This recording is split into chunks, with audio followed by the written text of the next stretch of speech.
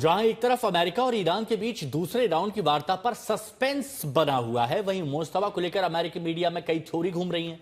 लेकिन अमेरिका को लेकर ईरान की नीति बहुत स्पष्ट है। ट्रंप की धमकियों के बावजूद ईरान अपनी शर्तों पर अड़ा हुआ है।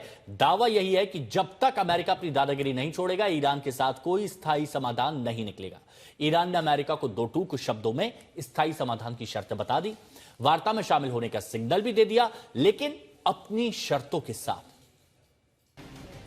इधर अमेरिकी राष्ट्रपति ने ईरान को धमकी दी, उधर ईरान ने युद्ध का रिहर्सल शुरू कर दिया। इसी कड़ी में तेहरान में धमाकों की आवाज सुनी गई। ये धमाके ईरान के युद्ध वाली रिहर्सल का हिस्सा थे। दरअसल दूसरे राउंड की वार्ता से पहले ही ईरान ने अपने एयर डिफेंस सिस्टम को एक्टिव कर दिया है। यही नहीं, तेहरान के संभावित टारगेट पर अमेरिकी हमलों को नाकाम करने की मॉक ड्रिल की गई है। मतलब तेहरान में धमाकों की आवाज ईरान के युद्ध रिहर्सल का हिस्सा है। दूसरी तरफ ईरान के तमाम शहरों में मिसाइलों की परेड निकाली गई। ये तस्वीरें ईरान की मिसाइल शक्ति की झांकी है। माना जा रहा है कि ईरान ने अवाम को मिसाइल परेड के जरिए ये संदेश दिया है कि वो एक बार फिर युद्ध के लिए तैयार है। भले ही ईरान पहले हमला नहीं करेगा, लेकिन अमेरिका ने हमला किया तो ईरान जबरदस्त पलटवार करेगा। ईरानी राष्ट्रपति के प्रतिनिधि इस्माइल इस्फहानी ने संभावित हमलों को लेकर मिडिल ईस्ट पर हमले की बड़ी धमकी दी है।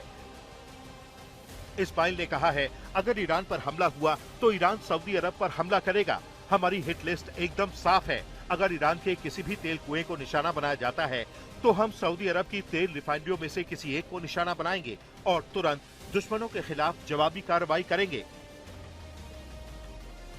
अमेरिकी राष्ट्रपति से निपटने के लिए ईरान ने भी दो प्लान बना रखे हैं, प्लान ए और प्लान बी। यानी पीस टॉक से बैर नहीं, लेकिन ट्रंप ने हमले का आदेश दिया तो अमेरिका की खैर नहीं।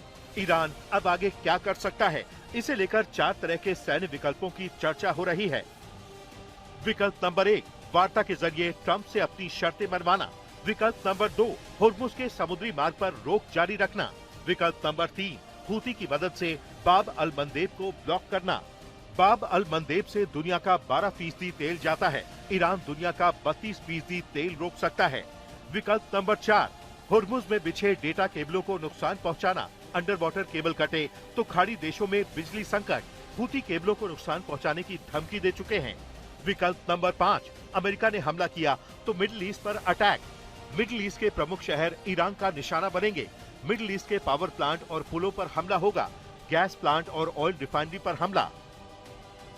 ईरान का एंड गेम एकदम क्लियर है। अमेरिका के साथ स्थायी युद्ध विराम हो, लेकिन उनकी शर्तों पर। अब ईरान की 3 बड़ी शर्तें हैं। पहली शर्त, वार्ता तभी होगी जब अमेरिका अपनी नाकेबंदी हटाएगा। दूसरी शर्त, ईरान होर्मुज से अपना संपूर्ण नियंत्रण नहीं छोड़ेगा। और तीसरी शर्त, ईरान अपना परमाणु प्रोग्राम बंद नहीं करेगा और अमेरिका को अपना 440 किलो एनरिच्ड यूरेनियम नहीं देगा। आज तक ब्यूरो।